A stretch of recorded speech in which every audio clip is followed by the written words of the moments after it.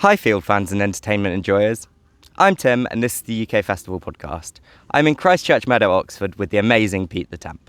A performer, author, artist and philosopher, Pete has been working and performing at festivals for decades and has ruminated more than most on the going on in festival land. Now, Pete, can you introduce what you do? Tell us about the sort of performances you usually put on. Is it always under the name Pete the Temp? Thank you so much, and thanks for having us on this vital and fascinating podcast that you're doing. Thank you so much. I've never been described as a philosopher before. There is a lot of philosophy in what I do, and I wouldn't say decades, I'd say more like about 15 years. But yes, thank you. What was your question again? No.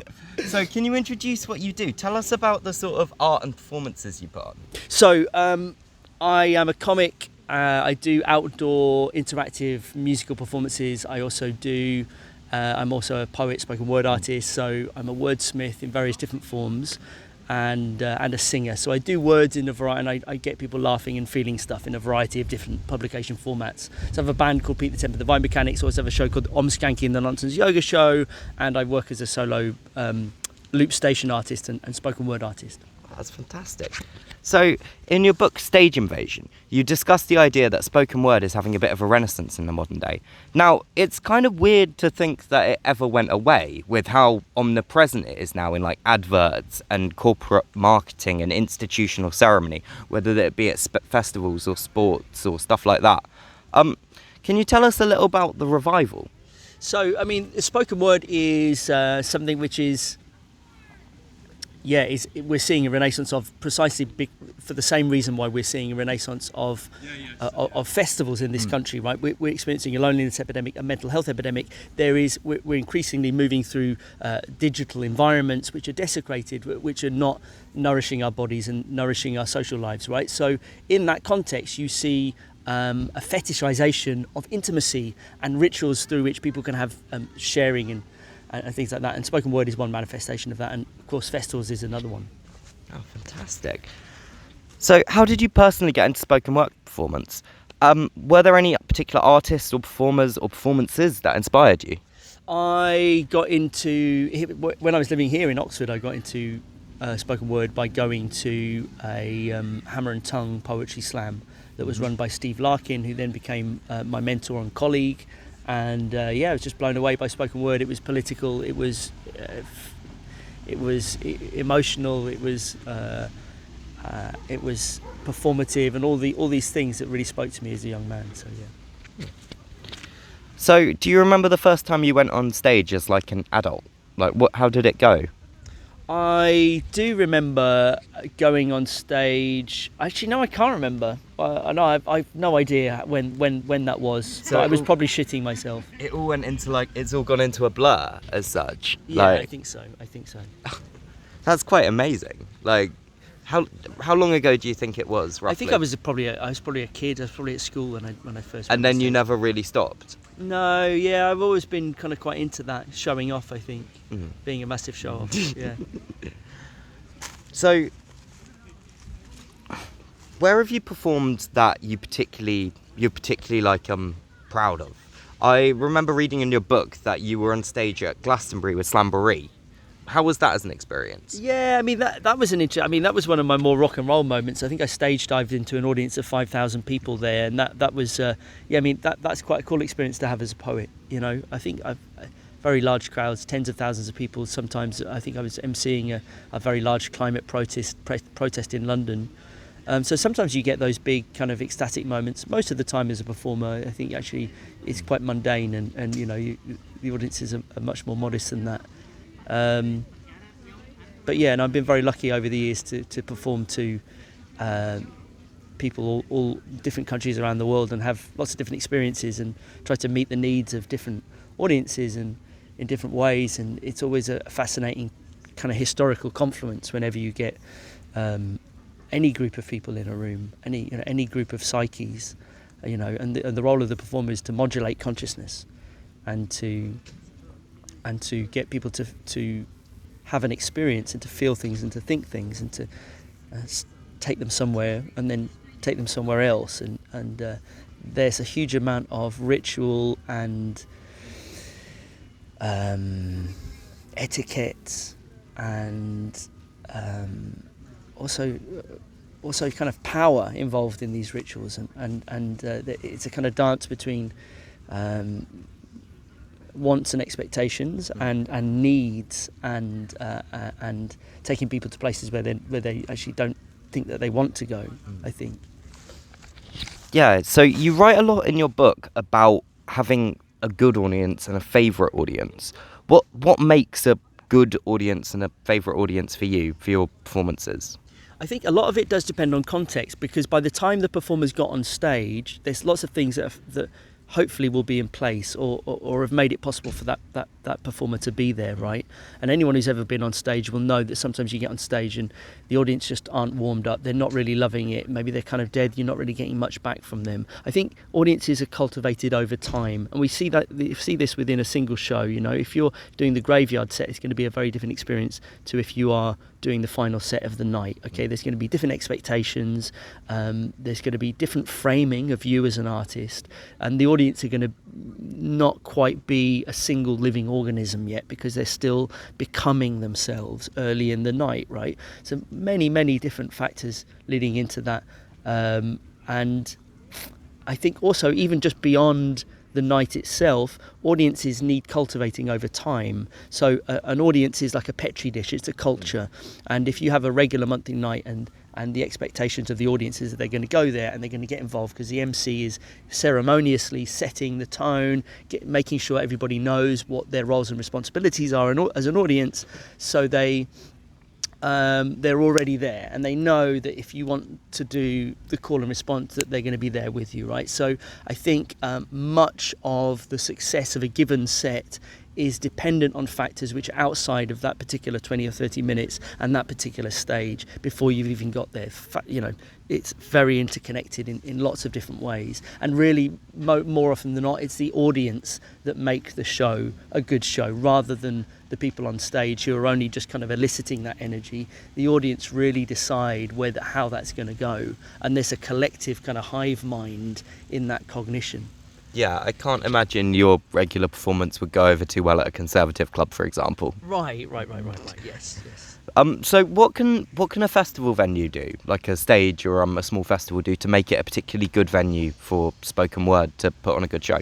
Yeah, well, this is a very good question, because festival stages are unique in the sense, and I've worked in lots of different environments. You know, I've been a teacher and worked in schools. I've been a street entertainer, and I had audiences of many hundreds of people on the streets, you know, from all the way around the world, and I've worked at festivals, which has been a big part of how I kind of came to be a performer.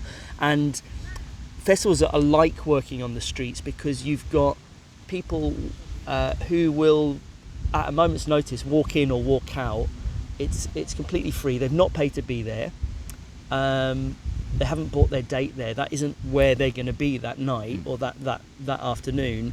If they're not enjoying themselves, they will just walk off. That makes it very challenging. Now, if you take spoken word as an example of this, spoken word is very vulnerable at festivals because it's not hyper-stimulated, it's not very loud, it doesn't have a beat, and there's kind of noise bleed from all these other stages. So when I started doing spoken word at festivals, I started doing call and response. I would run around the room, I would run out of the tent and start yelling at people and telling them. I would get the audience to make noise and tell them I would start shouting that there's free beer and naked people dancing, and I'd get the audience to scream, and more people would come in the tent, you know. So I would say my advice to any stage, and whether it's spoken word or not, at a festival is get the right MC. If the right MC is there, the ritual is there, the intention is there, the contract between the audience and the stage is made. You know, any MC who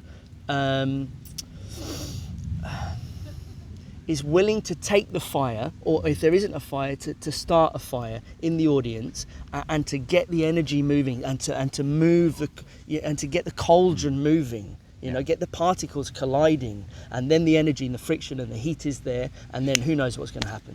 So the right MC, and that is a lost art, because, you know, we live in a digitally mediated world now where our entertainment isn't given to us by a ceremonialist who comes on with a silly hat and says, "Hi guys, this is your role. It's going to be better if you make noise. It's going to be better if you scream. Or, please be silent during these bits. And here's a few jokes. Warm them up." That doesn't happen to us. No. So often, if you go to an indie gig, it's like a band walks on, a band walks off completely unceremoniously, and there's no actual kind of like acknowledgement that this audience are here and that they've come and that this is an event and we're hosting this because of this person. This is why we've brought them here. This is why you should be excited. No, the number of gigs I go to where the band has to do their own announcement, it's ridiculous. Like, we are so and so and we're going to play great music. No, someone at the venue, at least like the owner, should come out on stage, or the person who booked them, and say, "No, I booked this band, they're brilliant, you're going to absolutely bloody love them. Please welcome with a massive round of applause." Like at comedy gigs,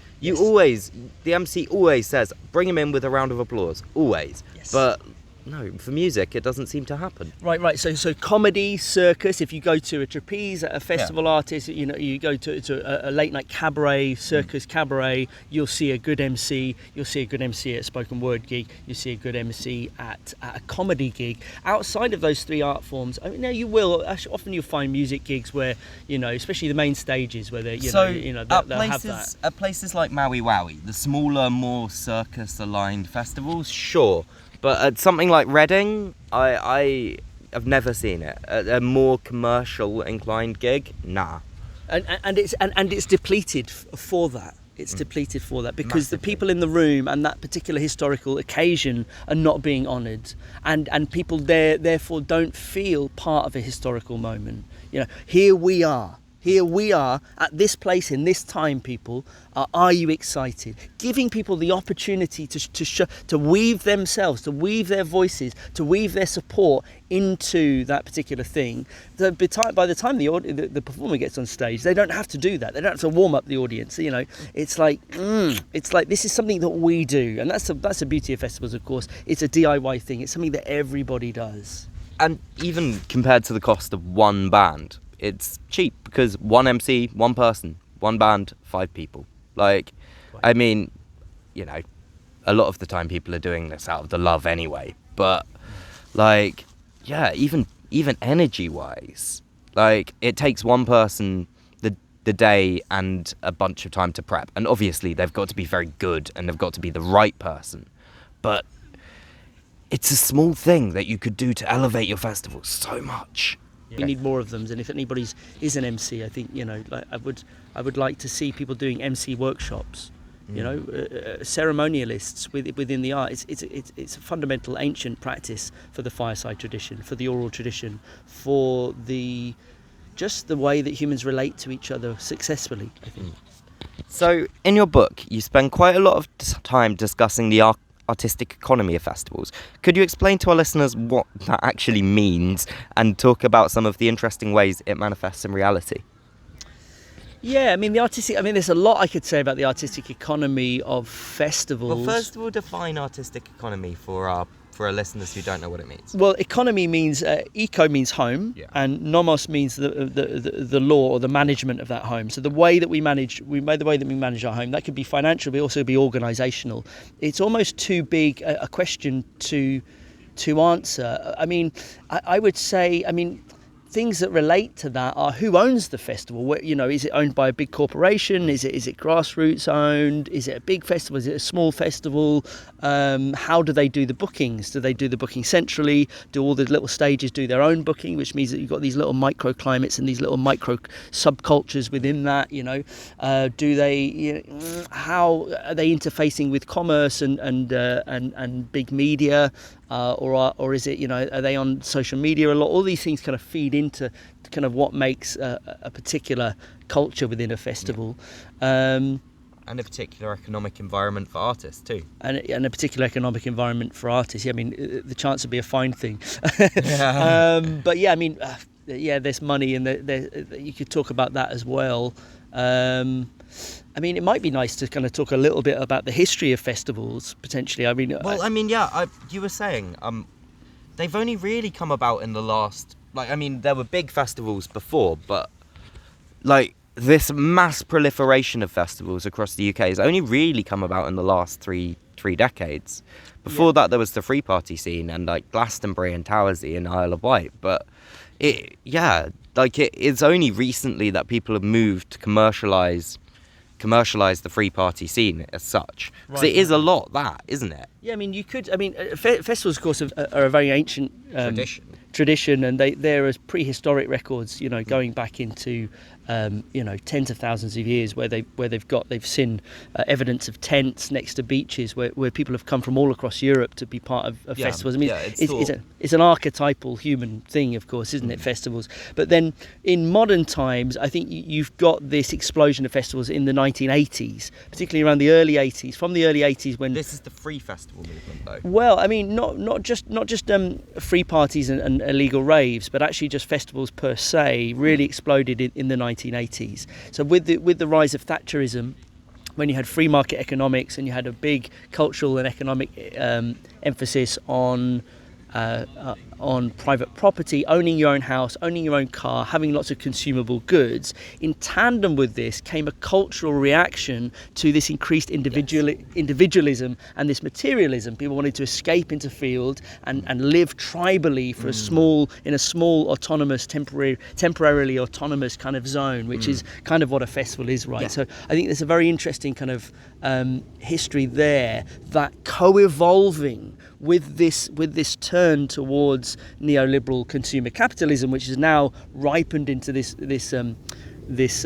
mental health and techno-feudalism. Beautiful term, yeah. And we've got this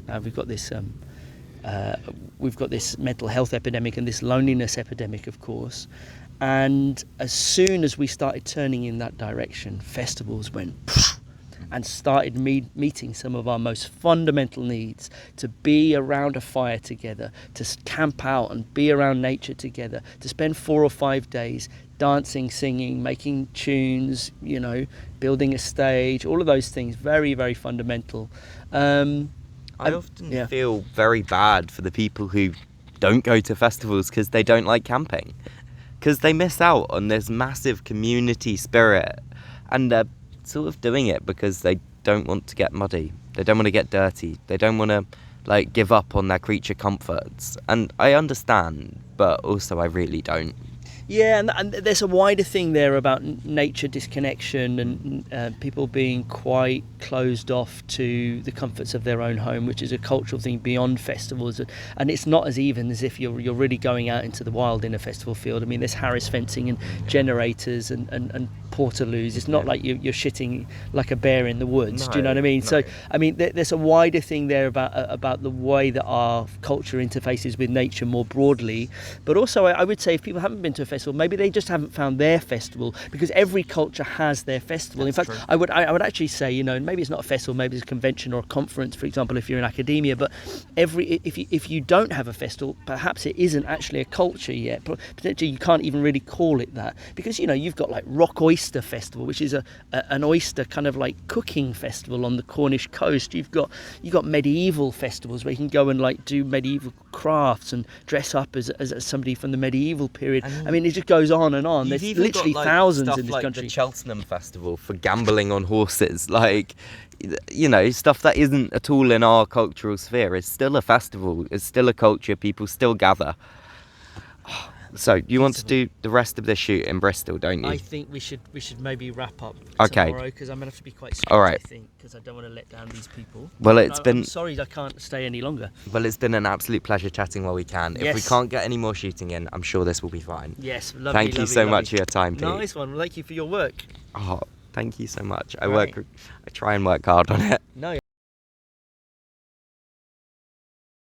Yeah, we're going to do a crowd surfing workshop, which is a really important skill that we all need to practice more. Why? Because we're living in a loneliness epidemic. That means we need more group ecstatic experiences, and we also need to be doing this safely. So I'm now going to teach you how you can crowd surf. It's easier than you think. You're not going to break your back. You can do it with just 3 people. You're at a gig. Hey mate. Hey mate. Over here. Oh, I love you guys. I'm feeling lonely and